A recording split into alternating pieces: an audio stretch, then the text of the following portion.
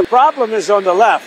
If you look at the problem is on the left. It's not on the right, like some people like to say on the right. বিশ্ব রাজনীতিতে আমরা প্রায় দুটি বড় ভাগ শুনি, বাম আর ডান।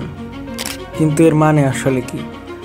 বাংলাদেশের রাজনৈতিক দলগুলো মূলত কোন মতাদর্শের রাজনীতি করে এবং আমাদেরই বা কোন মতাদর্শের রাজনীতিকে সমর্থন করা উচিত?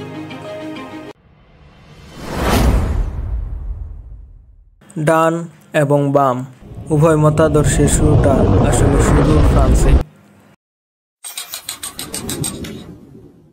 1789 সালে যখন ফরাসি বিপ্লবের সময় প্যারিসের জাতীয় পরিষদে রাজা ষোড়শ লুইয়ের ক্ষমতা নিয়ে বিতর্ক হচ্ছে, এমন সময় এক অদ্ভুত ঘটনা ঘটে। যারা রাজতন্ত্র, চার্চ আর পুরনো প্রথা বজায় রাখতে চাইতো তারা বসে যায় সভাপতির ডান দিকে, আর যারা গণতন্ত্র, সমতা, সাধারণ মানুষের অধিকার চাইতো তারা বসে যায় সভাপতির বাম দিকে। এভাবেই জন্ম নেয় ডান ও বাম পন্থা। কিন্তু 1789 সালের ফরাসি বিপ্লব থেকে আজকের বিশ্ব রাজনীতি পর্যন্ত ডান এবং বাম মতাদর্শের পরিবর্তন ঘটেছে বহুবার। যে ধারণা দুটি শুরু হয়েছিল শুধুমাত্র আসন বিন্যাস থেকে, সেটি হয়ে যায় বিশ্ব রাজনীতির প্রধান দুটি মতাদর্শ। শিল্প বিপ্লবের ফলে সমাজে শ্রমিক শ্রেণীর আবির্ভাব ঘটে। বামপন্থী রাজনীতিতে এই শ্রমিকদের অধিকার ব্যাপক গুরুত্ব পায়। বামপন্থা হয়ে ওঠে সাম্য, ন্যায় ও অধিকারের প্রতীক। অপরদিকে ডানপন্থী রাজনীতিতে পুঁজিবাদ ও ব্যক্তি স্বাধীনতার গুরুত্ব মুখ্য বিষয় হয়ে দাঁড়ায়। ডানপন্থা হয়ে ওঠে স্থিতিশীলতা ও ব্যক্তি স্বাধীনতার প্রতীক। তবে বর্তমান প্রেক্ষাপটে ডান বা বাম মতাদর্শ সম্পূর্ণ মেনে চলে এমন রাজনৈতিক দল খুবই বিরল। রাজনৈতিক দলগুলোর বিপরীত আইডিওলজি এর সাথে 2 বা 3টি বৈশিষ্ট্যের মিল থাকতে পারে, তবে মূল বৈশিষ্ট্যগুলো একই থাকে। যেমন একটি ডানপন্থী দল অনেক সময় বাম মতাদর্শের নীতি গ্রহণ করে। একই ঘটনা বামদের ক্ষেত্রেও ঘটে থাকে। একটা উদাহরণ দিলেই সব পরিষ্কার হয়ে যাবে। মার্কিন যুক্তরাষ্ট্রের প্রধান দুটি রাজনৈতিক দল, ডেমোক্রেটিক পার্টি ও রিপাবলিকান পার্টি। ডেমোক্রেটিক পার্টি বামপন্থী ও রিপাবলিকান পার্টি ডানপন্থী হিসেবে পরিচিত। ডেমোক্রেটরা সমতা, নাগরিক অধিকার, অভিবাসনকে সমর্থন, জলবায়ু পরিবর্তন মোকাবেলা ও সরকারি ব্যয় বাড়ানোর পক্ষে। অপরদিকে রিপাবলিকানরা মুক্তবাজার অর্থনীতি, কম ট্যাক্স, সীমিত সরকার, শক্তিশালী সামরিক নীতি, অস্ত্র রাখার অধিকার, অভিবাসন নিয়ন্ত্রণ ইত্যাদি বিষয়ের পক্ষে। সাম্প্রতিক সময়ে ডোনাল্ড ট্রাম্প এর মেক আমেরিকা গ্রেট এগেইন আন্দোলনকে ডানপন্থার আরও জাতীয়তাবাদী ও পপুলারিস্ট রূপ বলা যেতে পারে। কিন্তু 1960 সালের আগে দক্ষিণের অনেক ডেমোক্র্যাট বর্ণবৈষম্যকে সমর্থন করেছিল, যা তাদের আজকের লিবারাল ইমেজের সম্পূর্ণ বিপরীত। আবার জর্জ বুশের সরকার থাকাকালীন রিপাবলিকানরা ইরাক ও আফগানিস্তান যুদ্ধে বিপুল অর্থ ব্যয় করেছিল, যা তাদের ছোট সরকার ও কম খরচের আইডিয়ার সাথে সাংঘর্ষিক। Importance to undermine Saddam Hussein's ability to wage war. These are opening stages of what will be a broad and concerted campaign.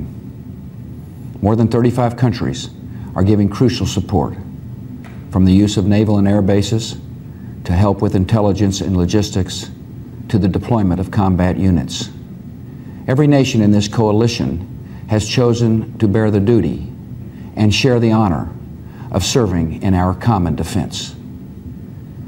To all the men and women of the United States Armed Forces now in the Middle East, the peace of a troubled world and the hopes of an oppressed people now depend on you.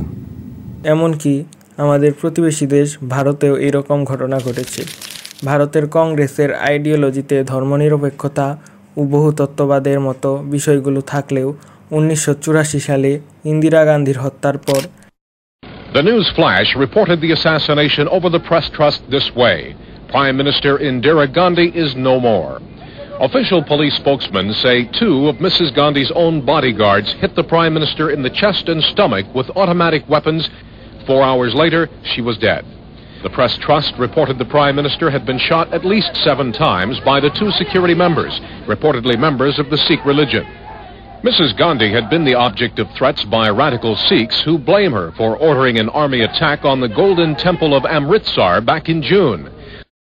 শিখ বিরোধী দাঙ্গায় কংগ্রেস নেতাদের ভূমিকা দেখা গিয়েছিল, যা তাদের ধর্মনিরপেক্ষতার আদর্শের বিপরীত। এবার আসা যাক বাংলাদেশের রাজনীতি প্রসঙ্গে। বাংলাদেশের রাজনৈতিক দলগুলো মূলত কোন মতাদর্শের রাজনীতি করে? শুরুতে বিএনপির কথা বলা যাক। বিএনপি মানে বাংলাদেশ ন্যাশনালিস্ট পার্টি, মূলত একটি মধ্যমপন্থী দল, মানে এরা ডান ও বামের মাঝামাঝি। বিএনপি এর রাজনীতির মূল বিষয় হচ্ছে জাতীয়তাবাদ। বিএনপি এর অতীত ঘাটলে আমরা দেখতে পাই বিএনপি ইসলামের মূল্যবোধের প্রতি সহনশীল ছিল, কিন্তু বিএনপি এর বর্তমান কর্মকাণ্ড দেখে মনে হচ্ছে এটি তার রাজনীতির মূল আদর্শ জাতীয়তাবাদ থেকে দূরে সরে যাচ্ছে। আগামী নির্বাচনে জয়লাভের আশায় বিএনপি ভারতের সমর্থন লাভের চেষ্টা করছে। এরপর জামাত প্রসঙ্গ। বাংলাদেশ জামাতে ইসলাম মূলত একটি ডানপন্থী ও ইসলামপন্থী রাজনৈতিক দল। জামাত শরিয়া ভিত্তিক রাষ্ট্র ও ইসলামী অর্থনীতির পক্ষে। আগামী নির্বাচনে জামাতকে বিএনপির প্রধান প্রতিদ্বন্দ্বী মনে করা হচ্ছে। এই অনুমান আরও তীব্র হয় সম্প্রতি ডাকসু নির্বাচনে শিবিরের কাছে ছাত্রদলের ভরাডুবি দেখে। পৃথিবীর অন্যান্য দেশেও জামাতের কার্যক্রম রয়েছে, তবে সেই দেশগুলোতে জামাতের কার্যক্রম বাংলাদেশের মতো এতটা শক্তিশালী নয়। বাংলাদেশে মূলত জামাত তার সর্বোচ্চ শক্তিশালী অবস্থানে রয়েছে। অপরদিকে এনসিপি মানে ন্যাশনাল সিটিজেন পার্টি বাংলাদেশের রাজনীতিতে সম্পূর্ণ নতুন। দলটির জন্ম হয়েছে ২৪-এর গণ-অভ্যুত্থানের পরে। এই মুহূর্তে দলটির আইডিওলজি সম্পর্কে স্পেসিফিকভাবে কিছু বলা যায় না, তবে বিগত প্রায় ১ বছরের কর্মকাণ্ড এবং কেন্দ্রীয় নেতাদের কথাবার্তা শুনে বোঝা যায় দলটির রাজনীতিতে ডানপন্থার বেশ প্রভাব রয়েছে। তবে দলটির কিছু নেতার বক্তব্য এনসিপির রাজনৈতিক গতিপথ বোঝা জনগণের জন্য কঠিন করে দিচ্ছে। অপরদিকে আওয়ামী লীগের রাজনৈতিক মতাদর্শ নিয়ে বলতে গেলে দলটিকে মধ্যমপন্থা ও বামপন্থার মিক্স বলা যেতে পারে, অর্থাৎ দলটি মোটামুটি মধ্যমপন্থী বা বামপন্থার অনেক বৈশিষ্ট্য রয়েছে। দলটি বাংলাদেশে বর্তমানে সম্পূর্ণ নিষিদ্ধ।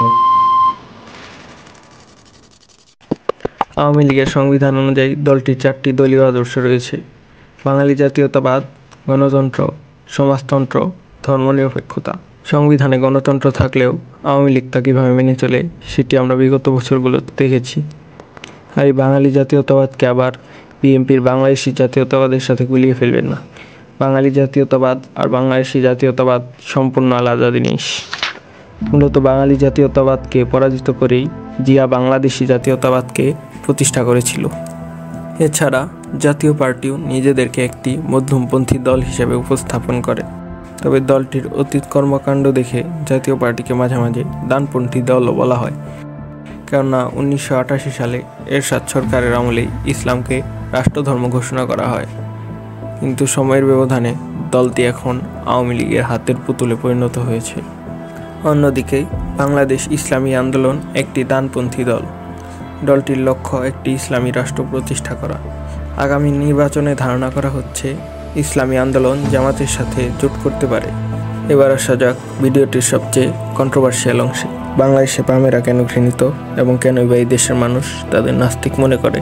বাংলাদেশের বেশিরভাগ জনগণ ধর্মপ্রাণ মুসলমান, কিন্তু বামেরা ধর্মকে ব্যক্তিগত রাখার কথা বললেও তারা ইসলামকে অবমূল্যায়ন করেছে। 1972 সালে বাংলাদেশ যখন ভারতের রাজনৈতিক প্রভাবে চলে যায়, বামপন্থীরা এই পদক্ষেপকে সমর্থন করেছিল। ভারতের সমাজতান্ত্রিক ইমেজকে তারা ইতিবাচক মনে করে।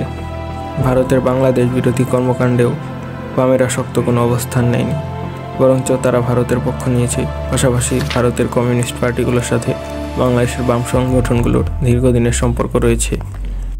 আর আপনি কোন মতাদর্শের রাজনীতি করবেন সেটি সম্পূর্ণ আপনার ব্যক্তিগত বিষয়, তবে মনে রাখতে হবে কোনোভাবে আমাদের রাজনীতি যেন বাংলাদেশ রাষ্ট্রের বিরোধী না হয়।